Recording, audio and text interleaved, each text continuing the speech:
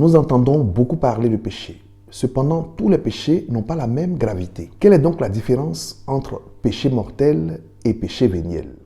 Bonjour chers frères et sœurs, chers amis abonnés, à vous tous bonjour. Fructueux temps de carême à toutes et à tous et bienvenue à Parole de Dieu au quotidien.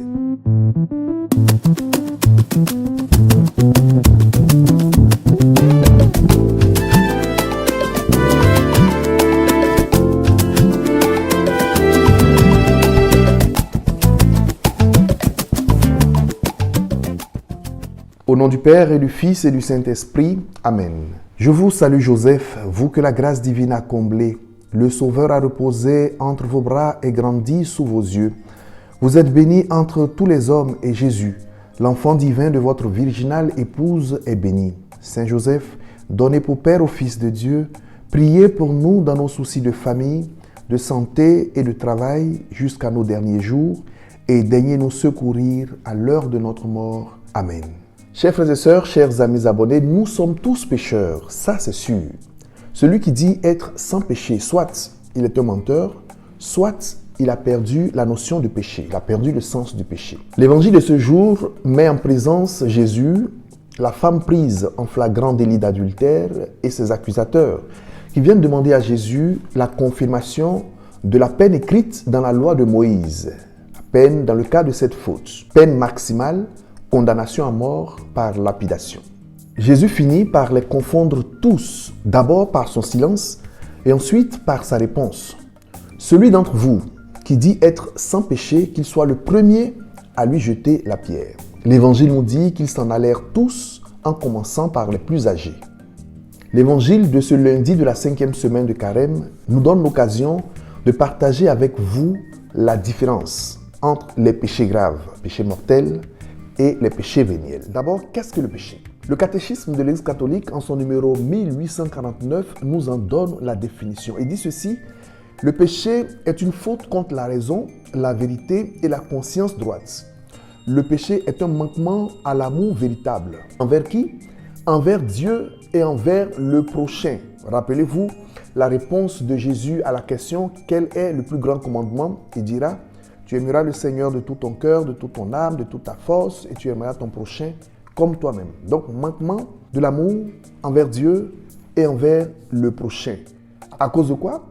À cause d'un attachement pervers, c'est-à-dire un attachement désordonné à certains biens. Autrement dit, le péché est une offense à Dieu, comme dit le psaume 51, verset 6. Contre toi et toi seul j'ai péché, ce qui est mal à tes yeux, je l'ai fait.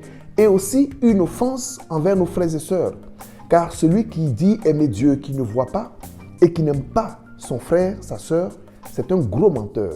Et maintenant, quelle est la différence entre péché véniel et péché mortel? Commençons par les péchés mortels, encore appelés les péchés graves. Le péché mortel détruit la charité dans le cœur de l'homme par une infraction à la loi de Dieu. Catéchisme de l'Église catholique numéro 1855.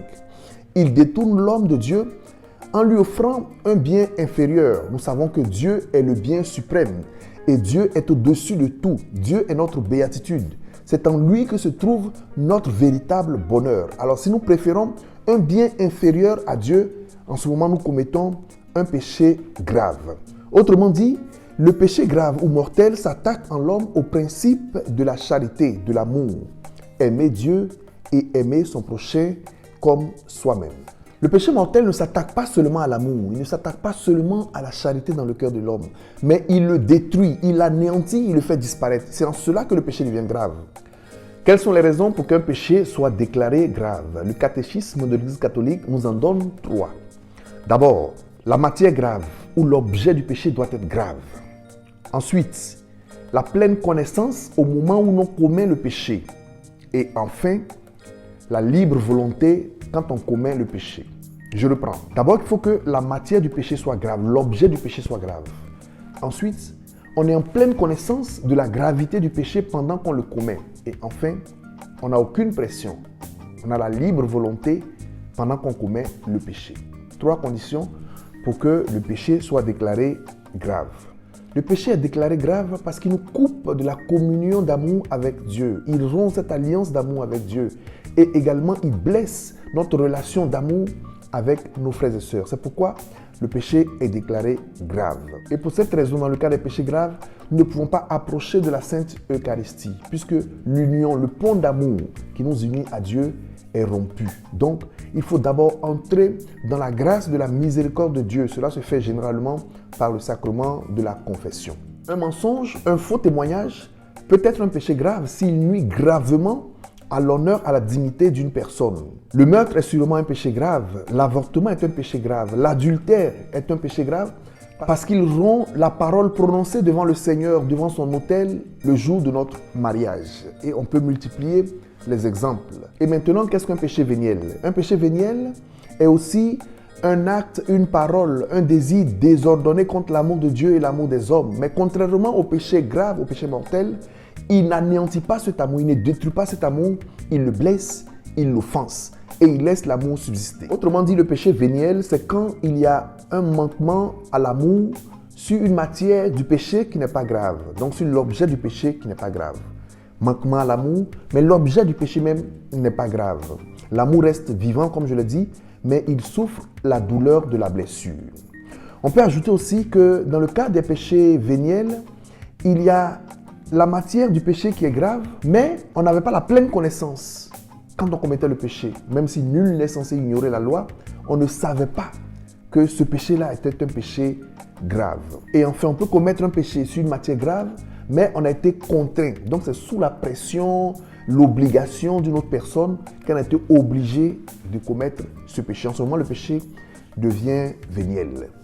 Chers frères et sœurs, chers amis abonnés, demandons au Seigneur de nous accorder la force du Saint-Esprit afin que nous puissions résister au péché, surtout aux péchés mortels qui détruisent la relation d'amour avec Dieu et nos frères et sœurs. Et quand nous fléchissons dans le péché, Seigneur, qu'il soit grave ou véniel, aide-nous par ta grâce à nous relever, car là où abonde le péché, ta grâce surabonde si nous empruntons le chemin de la conversion. Accorde-nous ta bénédiction au nom du Père et du Fils et du Saint-Esprit.